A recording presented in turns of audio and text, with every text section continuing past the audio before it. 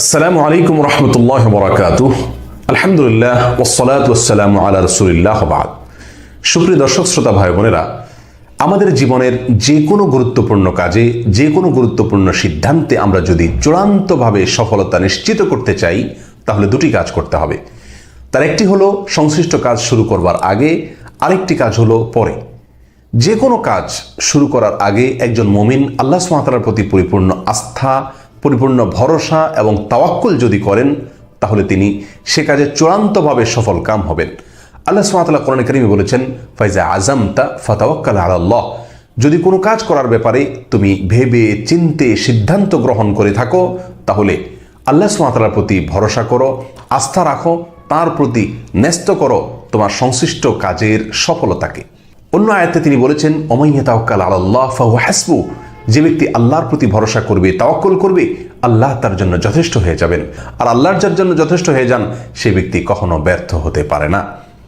আর সংশ্লিষ্ট কাজ শেষ করার পরে যে কাজটি করতে হবে তা হলো, সে কাজের যেই ফলাফলই আসুক না কেন, সেই ফলাফলে সন্তুষ্ট থাকতে হবে।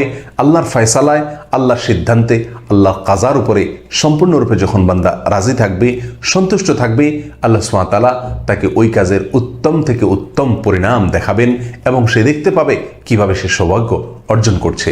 সুতরাং যে কোনো কাজ করার আগে এবং ভেবে চিন্তে পরামর্শ করে ইস্তেখারা করে সিদ্ধান্ত গ্রহণ করার পরে আল্লাহর প্রতি পরিপূর্ণ আস্থা রাখতে হবে, ভরসা রাখতে হবে, তাওয়াক্কুল করতে হবে এবং নিশ্চিত থাকতে হবে যে আল্লাহ সুবহানাহু ওয়া তাআলা আমার জন্য কল্যাণের ফয়সালা করবেন, কারণ আমি তার উপরে ভরসা করেছি।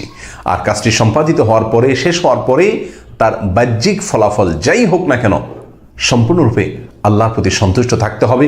মনে রাখতে হবে, যেহেতু আমি আল্লাহর উপর তাওয়াক্কুল করেছি কাজটি শুরু করার আগে, অতএব আল্লাহ সুবহানাহু ওয়া তাআলা আমাকে সফলতা দেবেনই।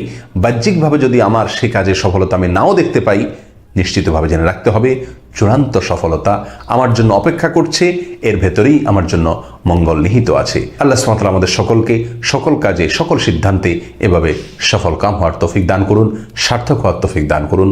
আসসালামু আলাইকুম ওয়া রাহমাতুল্লাহি ওয়া বারাকাতুহু।